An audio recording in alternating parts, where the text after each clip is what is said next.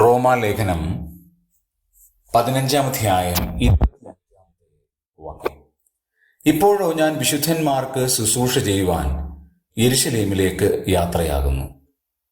ആ വാക്യത്തിലെ ഒരു പദം ചിന്തിക്കേണ്ട ഒരു യാഥാർത്ഥ്യമാണ്.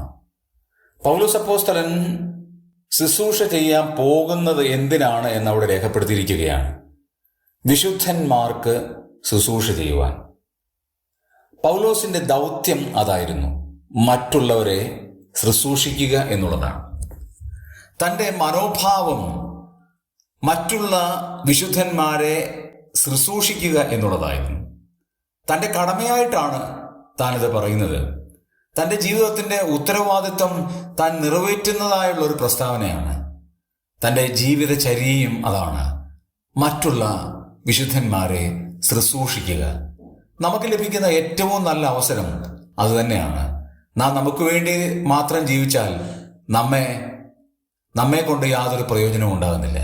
എന്നാൽ നാം മറ്റുള്ളവർക്ക് വേണ്ടി ജീവിക്കുകയാണെങ്കിൽ അത് അവരുടെ ജീവിതത്തിലും ആത്മീകമായ ചലനങ്ങൾ ഉണ്ടാക്കുവാൻ കാരണമായി തീരും.